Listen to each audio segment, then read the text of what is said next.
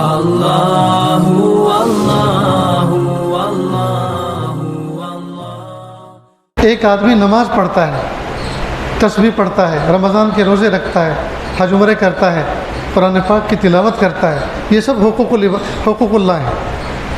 तो जब इखलास के साथ वो मेहनत करता है, तो हुकूकुल्लाह में जब मेहनत करता है तो हुकूकुल्लाह में मेहनत करने पर अल्लाह ताला अंदर से उसको ऐसा मोटिवेट करते हैं, अंदर से उसको ऐसा तैयार करते हैं कि अब हुकूकुल इबाद इसके लिए मुश्किल नहीं रहता, शौक़ से अदा करता है। इसको आप एक मिसाल से समझें। गाड़ी स्टार्ट होती है बैटरी से, गाड़ियों में बैटरी होती है ना, तो जब चाबी ऑन करते हैं तो बैटरी से गाड़ी स्टार्ट होती है।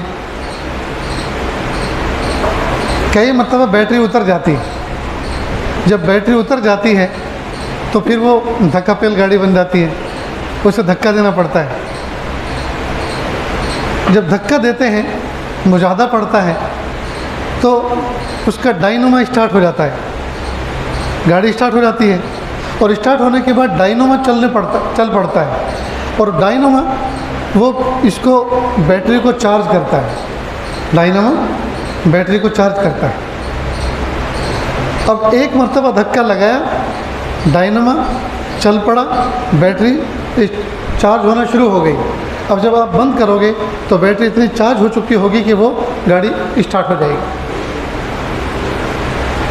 तो ये एक मरतबा धक्का लगा के बैटरी को चार्ज कर देना, ये गोया ऐसा है जैसे बंदा मेहनत करके हुकूकुल्लाह पे अमल करे, तो हुकूकुल्लाह पर अमल करने की बरकत से अल्लाह रब्बुल इज़्ज़त अंदर ऐसी सलाहियत पैदा फरमा देते हैं कि अब हुकूकुल इबाद अदा करना इसके लिए कोई मुश्किल नहीं रहता। हुकूकुल इबाद अदा करना इसके लिए कोई मुश्किल नहीं रहता। इसलिए दोस्तों, हम हुकूकुल्लाह इतनी मोहब्बतों के साथ अदा करें, नमाज पढ़ें मोहब्बतों के साथ, शौक़ के साथ, इखलास के साथ, तिलावत करें, ज़िक्र करें, फ़िक्र करें कि इन हुकूकुल्लाह की बरकतों से बातिन साफ़ होगा, मुसफ़्फ़ा मुज़क्का होगा जी, इसके अंदर अनवारात की तजल्ली आएंगी और अंदर से इतना तैयार हो जाएगा कि अब हुकूकुल इबाद के लिए इसको अदा करने के लिए मुजाहदा नहीं करना पड़ेगा।